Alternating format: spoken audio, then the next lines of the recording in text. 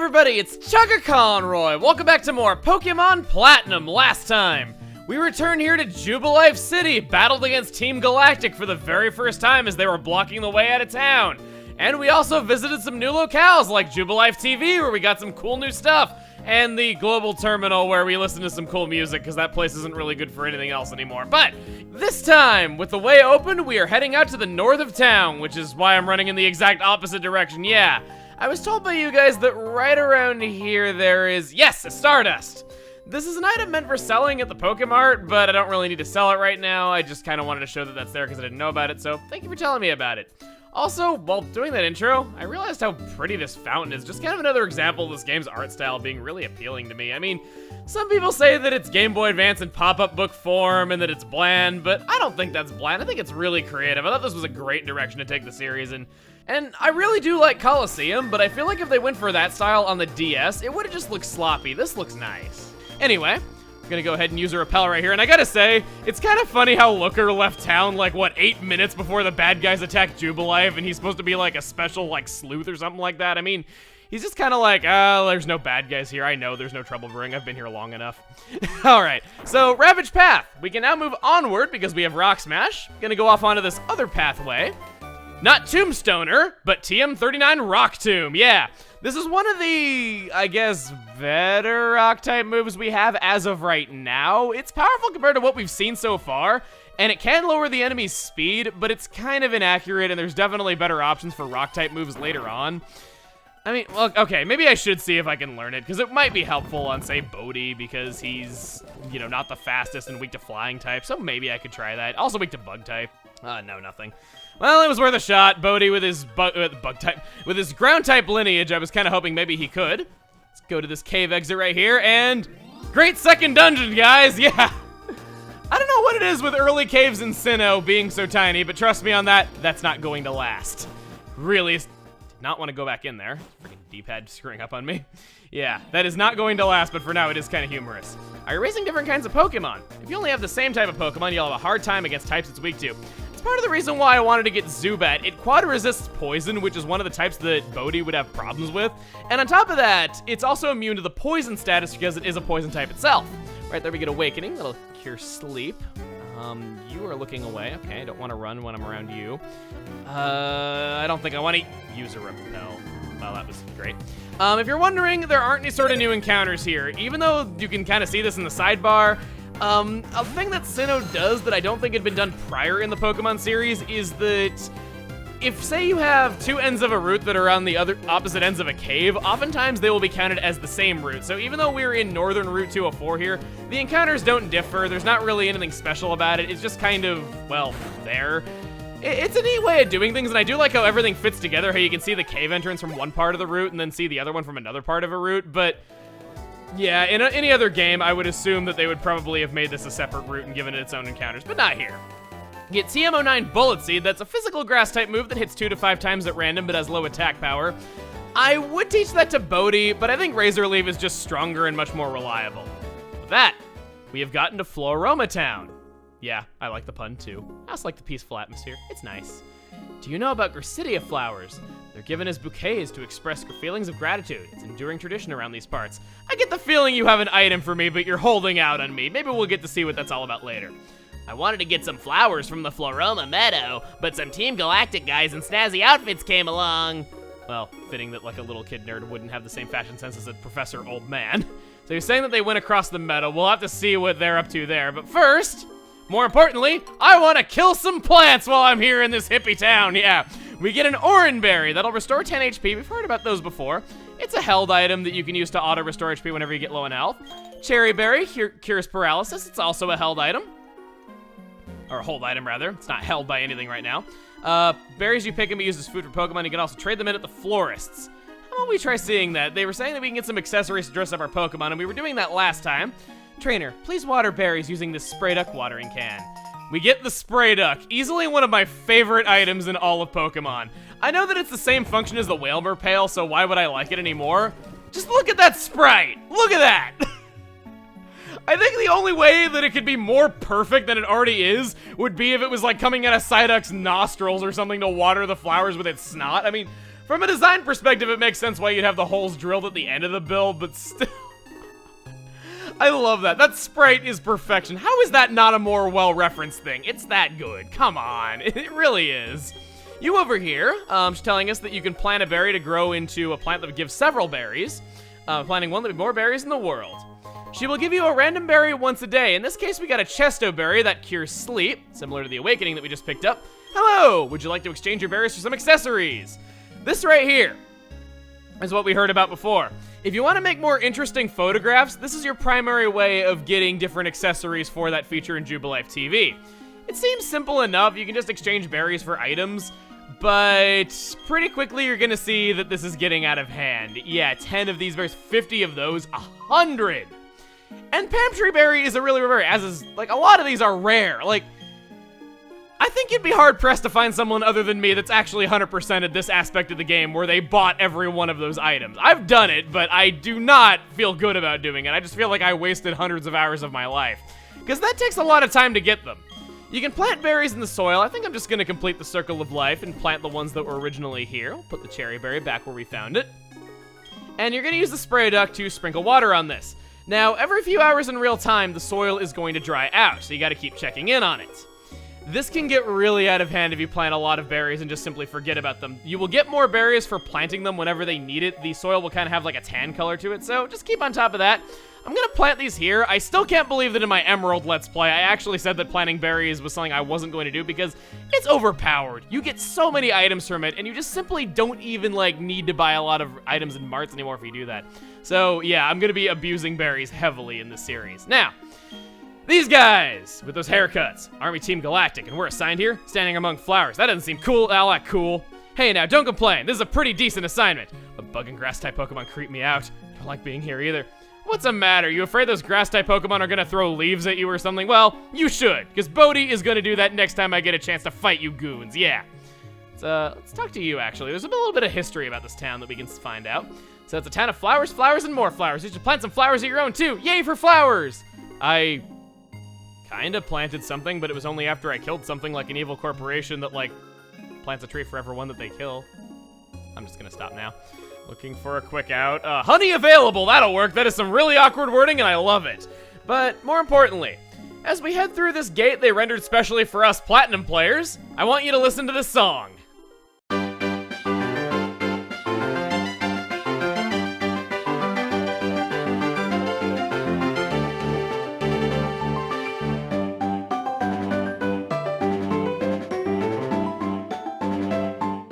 Love the intro to this song. It just sounds so adventurous. It's one of my favorite route themes in all of Pokemon. And say what you will about the town themes in Sinnoh being bland, what Sinnoh doesn't have in town themes, it more than makes up for in route themes, and battle themes too.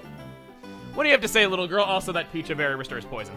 Help, help, trainer! Please, I want to see my papa! Okay, I won't make you listen to that voice. I'm sorry I subjected it to you for even the few seconds that I did. My papa and I lived at Valley Windworks. So you lived in a power plant? I'm so sorry. But then a whole bunch of people came dressed like spacemen came up. They kicked me out, and they're making my papa do something. Please, trainer, I miss my papa. Well, we will help her out after we check up here. We can't go to the north in Route 205, and it doesn't have any new encounters anyway, so there's really no point in us going onward. Besides, not like we could anyway. Stealing Valley Windworks, but it's no concern of you, so you stole a power plant. That's gotta be a first in the history of the world. I wonder if that's ever happened in real life. I'm sure it has. Let's get this. We get a potion. Can definitely be helpful. And there are some new encounters here at Valley Windworks that are separate from Route 205, but I think we're gonna wait to go over those just because we have a lot of stuff going on right here in the moment. Don't dare go into the Valley Windworks. It's not like I could. I mean, your sprite's kind of immovable. I got order to keep everyone out if they're not part of Team Galactic. You're giving me a look that makes me think you're gonna try to get in. Okay then, you'll have to battle me for it. You think you would have learned from your fellow grunts that were standing guard over on the bridge that if you just don't battle me, I can't possibly move you or ever get past you? Just saying, might be some good advice. And ugh, another good meow. Well, I guess now could be the time that we try to use bite. Use out? I don't know. So I'm gonna confuse you first. I want to use that attack stat against you because I think you got a pretty respectable one, at least for low levels. Do bite. This is a dark type move that has a chance of inflicting flinch. It's basically just a better astonish if you ask me. I don't really know why they made Zubat learn both moves one after another. I mean, yeah, Ghost and Dark are slightly different types, but not by much. They're probably the two most similar Pokemon types to each other. Defensively and offensively, they are near identical. It's to the point where you kind of wonder why they haven't redone them on the type chart at this point. Well, good thing I have sleep recovery items. That would be really bad if I didn't. Also, you didn't try using it again. Bodhi, please make quick work of this thing. I really do not want to have a long battle where you're using Growl to lower my attack so I can't really damage you much, and just using Hypnosis. Okay, good. You're missing on that even more. Gotta say, I've been getting lucky with the accuracy of moves. A lot of my opponent's moves are missing a lot, and Zubat with that Supersonic, that's a 55% accurate move, and you wouldn't even know it from just watching it use it. It's been just that accurate with it. Take you out. Yeah, like I'm really supposed to win with a Pokemon like this. Sick burn on your unconscious Glameow that probably can't hear you. Isn't that just great? Getting owned by some kid. You can't do a thing if I lock myself in with the works. See, I also couldn't do a thing if you just didn't fight me, but hey, I guess this way I got stronger, and thus it makes it easier for me to beat you. Yeah, block from the inside, so we can't do anything about that. I guess we'll just have to give up and go home. And by home, I mean Floaroma Town, because there's not really any way that we could get home from here. Well, we could get home from here, it would just take quite a while, and it'd be kind of pointless when I can just heal at the Pokemon Center instead of healing at my house. Speaking of which, we have yet to go to the Pokemon Center in this town, and we want to do that. I haven't mentioned this yet, but if you lose a battle, you respawn at the last Pokemon Center that you healed at. So doing this first thing when you get to a town is always a good idea just in case. Unless you're a speedrunner, in which case it's a horrible time waster that wastes somewhere in the ballpark of a few thousand frames. What do you have to say, actually? I haven't talked to you before. How's the electric power lately? There's some trouble at Valley Windworks. Yeah, there is. Nothing you need to concern yourselves with, though. Team Galactic told me so. It's all good. So we're gonna head back to that meadow up here.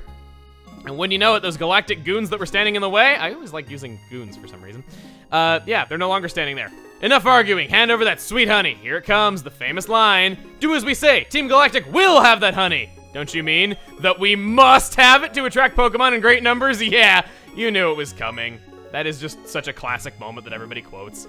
So this kid is a witness, what'll we do? We don't need the brat running off to get help. The solution's simple, we ensure the brat stays quiet.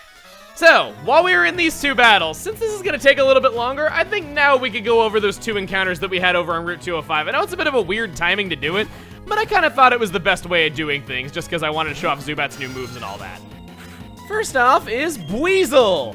If you're looking for the traditional bulky water-type Pokemon with high special attack, you're not gonna find it here. Also, I like as soon as I praise Zubat for hitting with Supersonic all the time, it missed right there. Anyway, Buizel.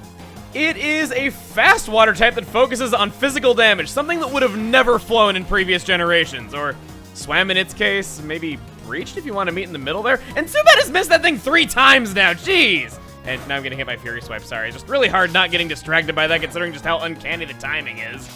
Come on, Zubat, please do not go down on me right here. You missed it! 4! 4! Well, I guess I'm getting the hell out of Dodge right now. So much for thinking that Zubat can handle this. Anyway, Buizel! It has decent stats for sweeping. It's definitely not a weak Pokemon, but most of the moves it gets leveling up are water and normal types. So if you want more diversity, you might need to go with TMs. Other than that, it's a good sweeper of a type that you don't typically see as a sweeper. The second of the two, hopefully with 100% less interruption, thanks again Zubat, really appreciated that, is Shellos.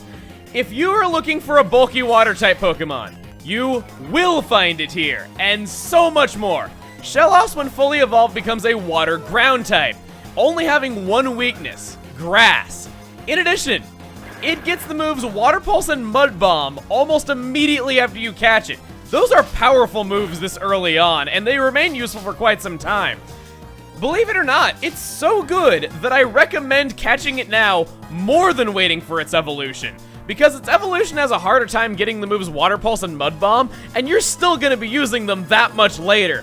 Honestly, if you want any sort of tanky Pokemon, Shellos is something very worth considering. I even considered using it on my team for a while, and I just barely decided that I didn't want to go for it. But that's not to say that it's bad at all. It's very good.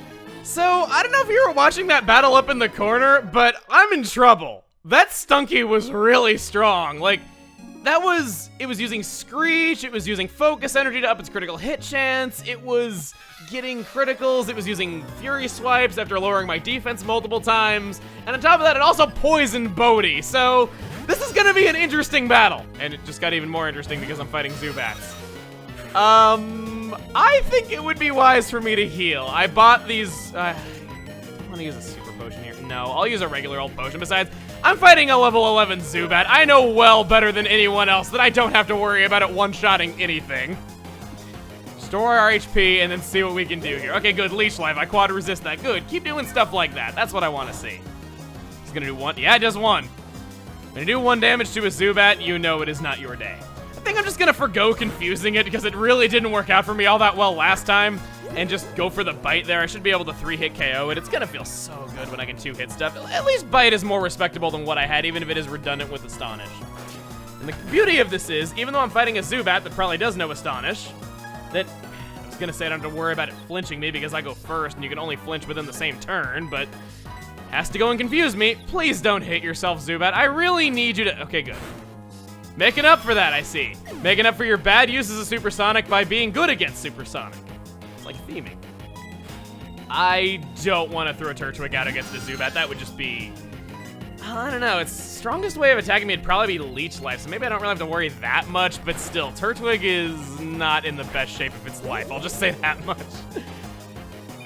Do your Leech Life, absorb my health, do whatever you gotta do. You know, this guy really should have, I'm not really sure, like, I feel like the other guy should have come second because he was clearly the stronger of the two. That Stunky was no joke. I am honestly really surprised that a Stunky was that dangerous, so let it be known, Stunky can be really good in low levels. Come on, Zubat! I don't want to use another potion, but I also don't want your happiness to go down either. Putting me in tight situations here. I'm metagaming and you're making it hard. No, I shouldn't. I'll go into my potions. No, I can't even use a potion right this battle. Thank you. Now what are you gonna do? You're gonna, okay, good. I can live with that. I can live with 3 damage. Now, use would have snapped out of confusion anyway, so I really didn't need to use that. Now, can you, no flinches, no critic.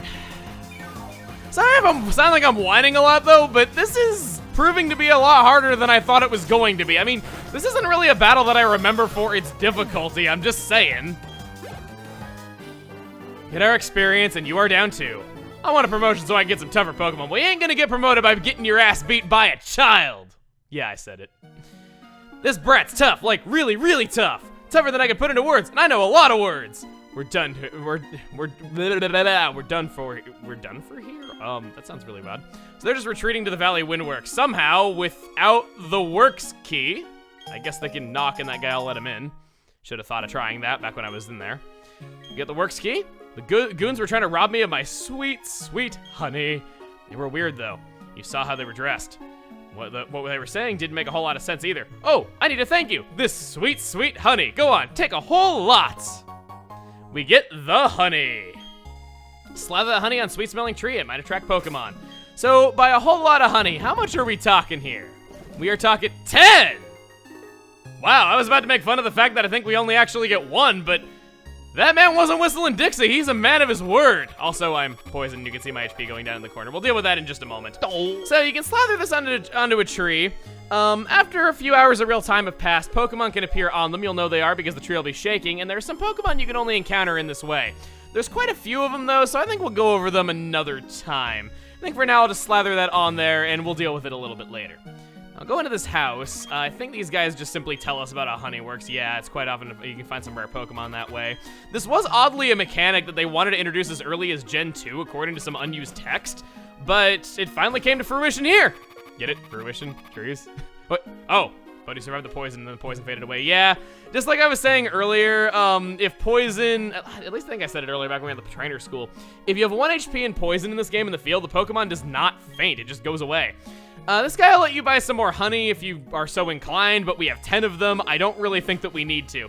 I think for now, I'm just gonna slather honey on some other trees, in addition to planting some more berries, you know? Gotta get into this hippie lifestyle. We're in a flowery town with these wooden overarching signs and a wind power plant and all that. You gotta get into the atmosphere.